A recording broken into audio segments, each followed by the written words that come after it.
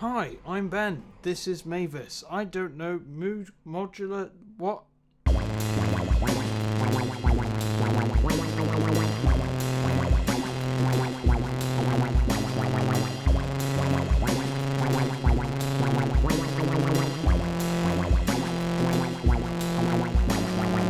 So recently I acquired a Moog Mavis, which is a semi-modular synth which I have no idea how to use, and you shall be going on the journey of me learning how to use it in 5 minutes for you and a long time for me. To give us a starting point, I'm going to be showing you what I know already by making a patch by just using my knowledge and messing around with it and seeing what it sounds like compared to the stuff at the end. Great.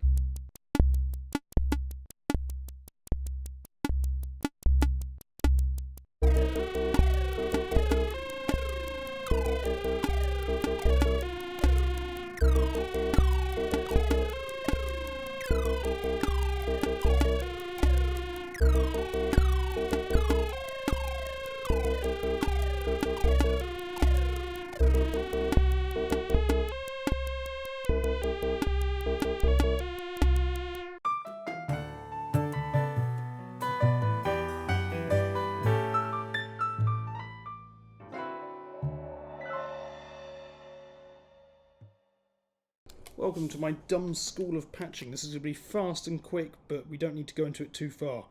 Output.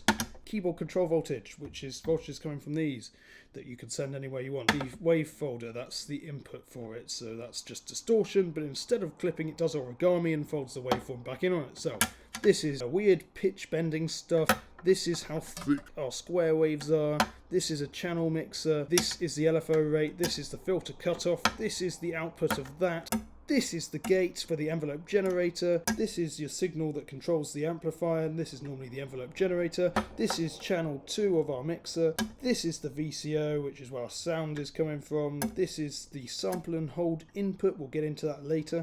This is 1 and 2, the outputs of these channel mixers. This is the LFO output. This is the sample and hold gate, which affects when it's sending signal to the generator. This is the attenuator input. This is the envelope generator output. This is the sample and hold output. This is the attenuator output. The attenuator, by the way, just takes in a signal and then it brings it down like a bad friend and outputs something a little less exciting. This is the multi-input. These are two multi-outputs, so you can put a signal in here, splits it between these two, and voila. Amazing. Now I know that's probably the least informative patching video that you've ever seen in your whole entire life, but I read through the whole manual for it, so I learned a lot more than you probably did. Which is maybe the point of this, I'm not sure. But now I'm going to do what you should do with any synth when you first get it.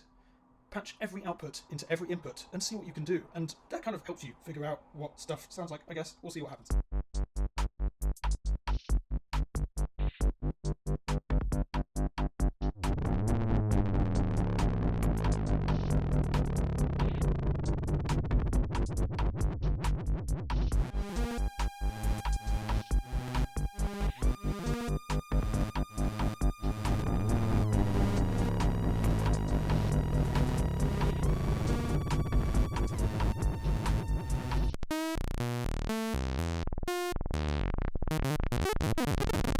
Something I struggled with immensely when learning the Mavis, the sample and hold feature, which is only featured on this product from Moog. In essence, it is a generator and you feed it any signal that you like. So you patch it in, we'll take random points from that signal, random frequencies, you can then feed it somewhere else in the patch bay. It can become a control signal or it becomes an audible signal.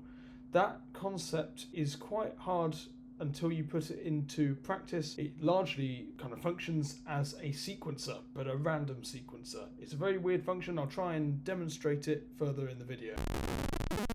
It was also after reading the manual that I then tried to put it into practice and start creating my own patches, but I was still a bit confused. I didn't understand why what I was creating didn't work, so I turned to these lovely patch sheets that came with the synthesizer. I put them together, but instead of just putting them together and playing a song and then getting all excited about those making sound, I decided that I would try and plug them in and think about what was happening. Why was it making the sound? Could I trace it back? Could I then understand it further? This really helped. It unlocked it for me, really. So I recommend doing that if you do plan to learn any synths. And so let's have a look at what I've produced now.